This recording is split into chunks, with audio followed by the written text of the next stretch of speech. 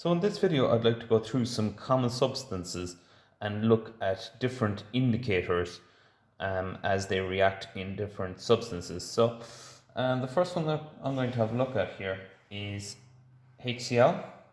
So that's hydrochloric acid that is found in our stomachs.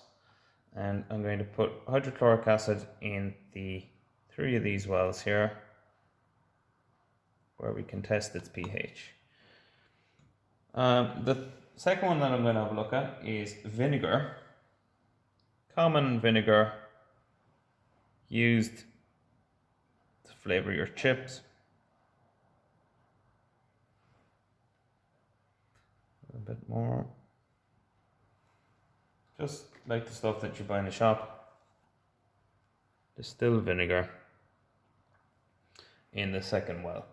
In the third one, I'm going to just use some deionized water. A few drops of water here.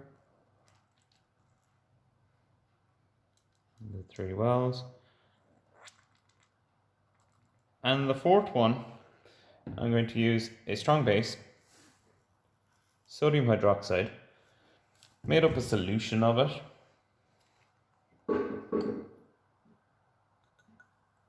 And again,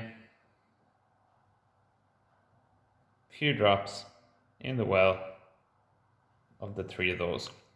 So you can see that all of the solutions seem to be colorless, clear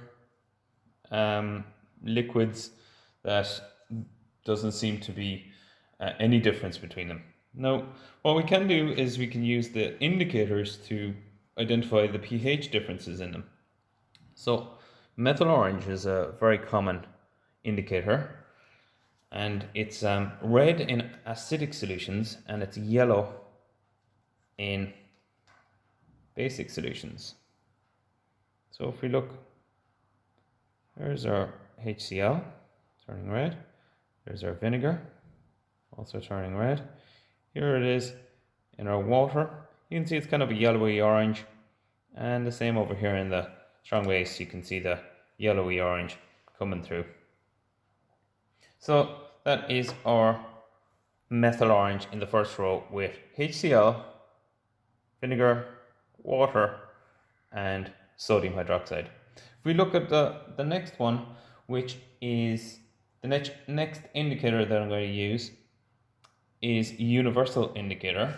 And this one's very useful in that it gives you a whole range of different colors for different pHs. It's not just one color in an acid, one color in a base. It gives us different colors for different levels of acidity.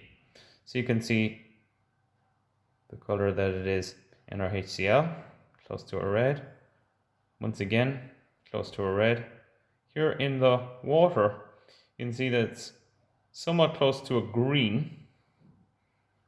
And then here in a base, you can see that it's almost turning a purple.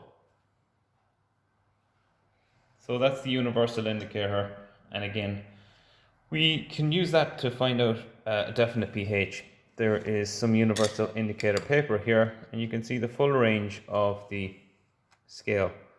So you can compare the pH that's on your scale to the color of your solution. The last indicator that I'm going to have a look at is called phenolphthalein.